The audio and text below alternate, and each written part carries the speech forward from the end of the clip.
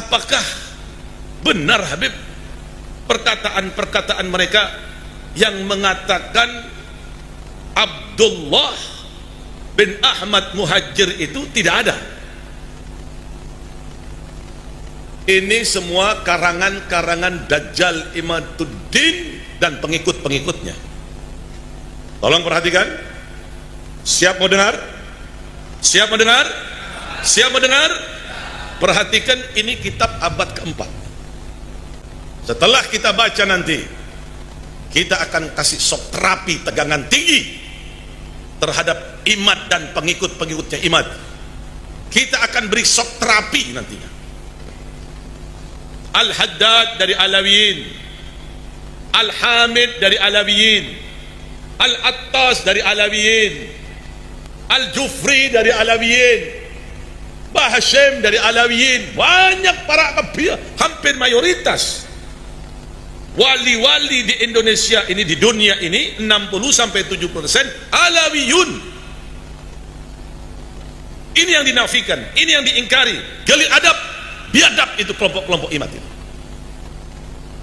Saya berjanji nanti saya akan kasih shock terapi tegangan tinggi terhadap mereka. Jangan macam-macam. Anda telah membangunin harimau yang tidur.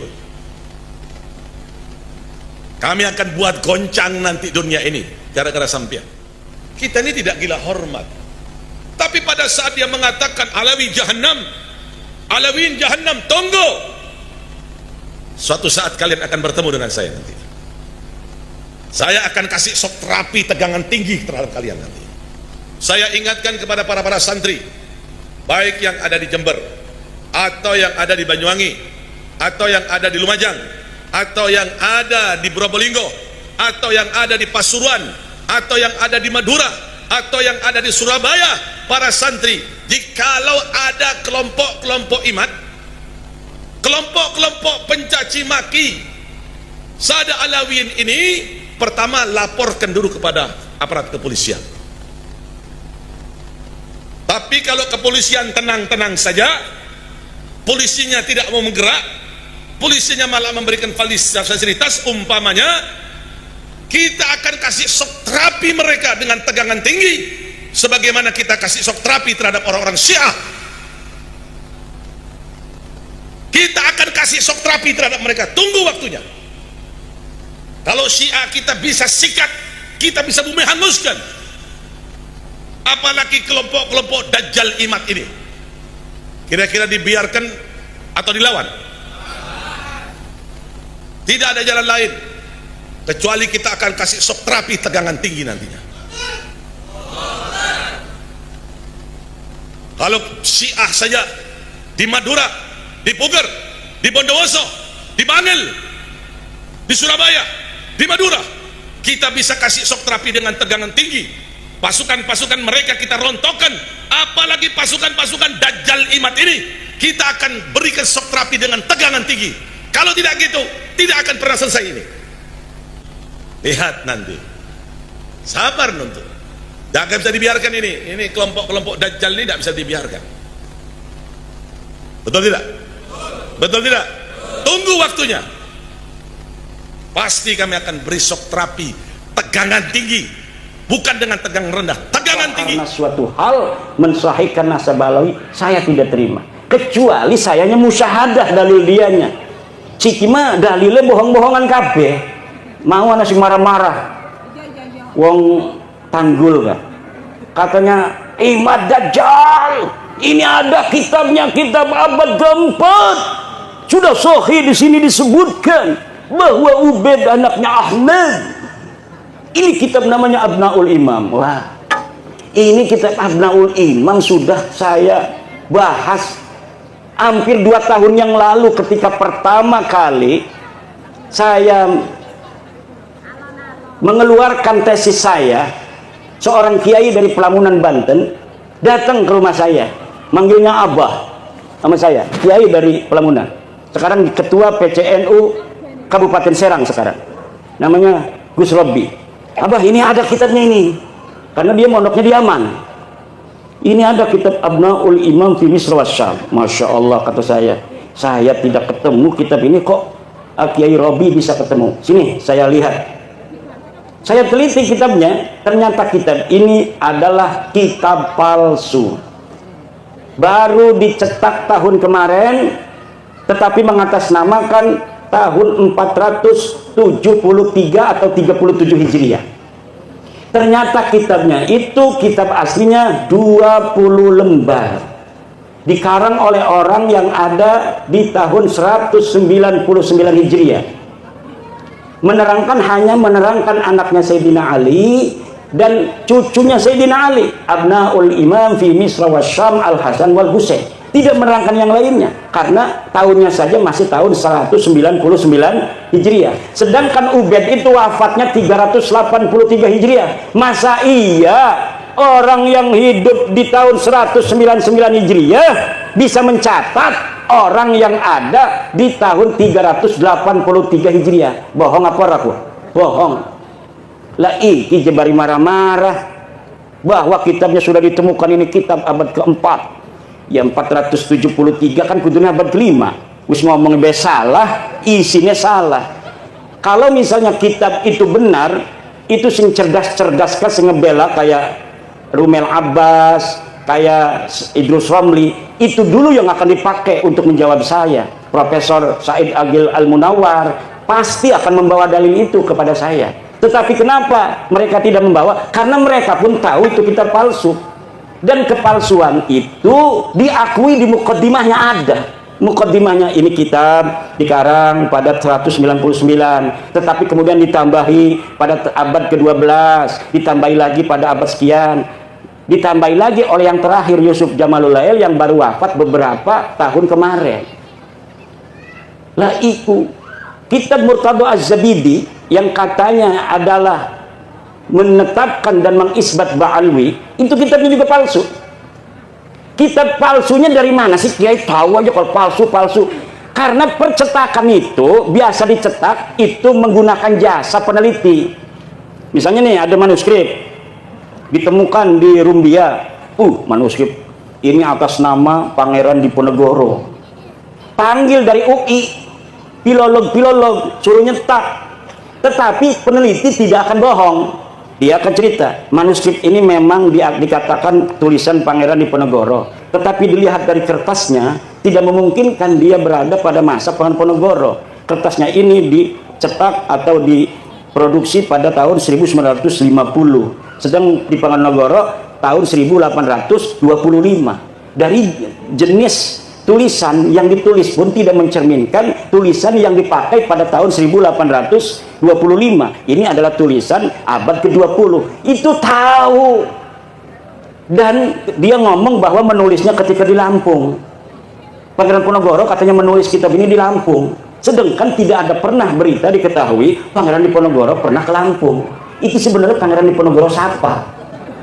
Tapi karena misalnya Provinsi Lampung ini ketua PCNU-nya ingin dicetak aja sesuai dengan tulisannya itu karya Pangeran Diponegoro. Begitu yang terjadi dengan kitab Ar-Raudul Jali karangan Syekh Murtadha Az-Zabidi. Coba beli kitab Ar-Raudul Jali karangan Syekh Murtadha Az-Zabidi, cetakan Yaman Darul Fatah. Itu dari mukaddimahnya sudah jelas bahwa manuskrip ini tidak ditemukan sebelum keluar, dicatat, disalin oleh Hasan Muhammad Qasim. Ini orang abad 50 tahun yang lalu, dia baru meninggal 50 tahun yang lalu. Katanya dia menyalin dari tulisan seorang yang bernama Abdul Mu'ti Al-Wafai yang berada di Khazanah Al-Wafaiyah Mesir. Tetapi sekarang manuskrip yang ada di Wafaiyah Mesirnya sudah hilang. Mereka bisa nyatet, barangkali catat bisa hilang niku. Kenapa begitu? Itu bukti bahwa sebenarnya manuskrip itu tidak ada sama sekali. Karena beberapa klaim mereka punya manuskrip di dalam sebuah kitab yang namanya Uqudul Almas karya Alwi bin Tahir, setelah saya konfirmasi di kitabnya bohong. Misal bahwa Imam Ahmad bin Isa berhijrah dari Basrah ke Yaman. Disebutkan oleh Imam Al-Ubaidili di dalam kitabnya. Saya buka kitabnya Imam Al-Ubaidili, tidak ada keterangan itu. Kemudian bahwa Ahmad bin Isa bergelarnya tidak pernah ada Al-Abah dan An-Nafat. Gelarnya menurut dia hanya Al-Muhajir. Ternyata tidak seperti itu. Kitab yang dia sebutkan tidak menyebutkan An-Nafat. Saya lihat ya yang bergelarnya An-Nafat, tukang minyak. Yang satu lagi bergelarnya Al-Abah.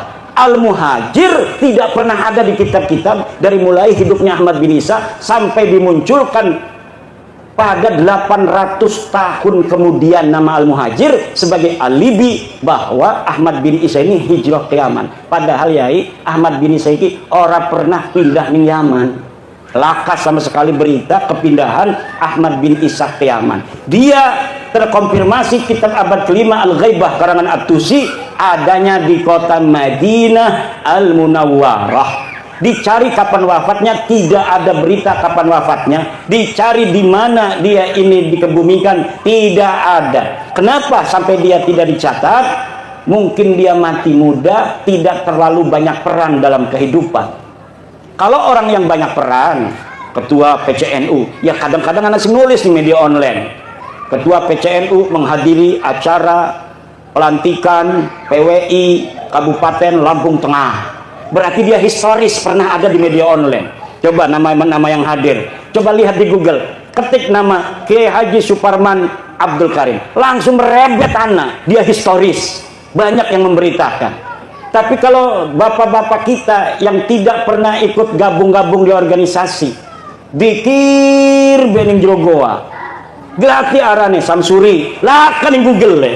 Mereka yang tasawuf tidak pernah ada interaksi dengan masyarakat luas. Begitu pula lah keberadaan seseorang yang dikatakan dengan kesejarahan yang begitu luar biasa, pasti ada saja orang-orang sekitar dia yang menginformasikan tentang aktivitasnya waktu dia hidup. Tetapi nama-nama Ba'alwi ini sama sekali tidak ada. Faqih Muqaddam jare bisa mi'raj 70 balen sebengi. Dia ada di abad ke-6. Banyak kitab abad ke-6 di Hadramaut, di Yaman yang memberitakan tentang ulama-ulama Hadramaut. Satu pun tidak ada yang memberitakan orang ulama di Tarim namanya Faqih Muqaddam. Laka pemaning karo keramat-keramatin. Makanya Abdul Qadir Jailani pun kalah pangkatnya oleh Faqih Al-Muqaddam. Kenapa namanya Al-Muqaddam? Karena dia orang yang paling tinggi derajatnya. Ternyata ketika dicari di dalam sejarah masa lalu tidak ada. Sejarah itu yang perlu dokumen, bapak-bapak. Nggak usah marah-marah, wis dokumen deh. Dokumennya mana? Kalau tidak sejaman, yang primer, yang sekunder, yang kira-kira dia bisa mendeteksi orang yang ada pada abad sebelumnya. Kalau misalnya tidak ditemukan pada abad-abad yang mendekati, maka yang ditemukan yang paling dekat senajan 100 tahun ini yang akan dipakai. Nanti apabila ditemukan yang lebih tua, maka yang muda yang bertentangan yang dengan yang lebih muda ini harus namanya tesisnya ini sudah ada antitesis, sudah tidak bisa dipakai lagi. Bengen surah istifadah Habibi Kabeh bin Syihab bin Smith bin Yahya As-Sagrab turunan Nabi, tapi siki antesis abad tua 4, 5, 6, 7, 8, 9 bahwa deket duduk putune Kanjeng Nabi. Ya kudu nerima tes DNA ini melenceng. Turunan Nabi kudune J1 deket mah tes DNA ini hasilnya G, haplogrupik. Turunan Nabi Muhammad, turunan Nabi Ibrahim J1 haplogrupnya. Mereka 180 orang yang sudah tes DNA kebanyakan G. Ini menunjukkan bahwa mereka bukan hanya bukan sebagai turunan Nabi, tapi juga bukan orang Arab. Kenapa sih kepunteng-punteng Kiai Imad kok ngomong ikut terus? Karena penting buat warga NU yang percaya kepada penghormatan kepada keluarga Nabi hanya warga NU. Lamun putu Nabi asli mah dimai duit gemembut dibalikaken maning.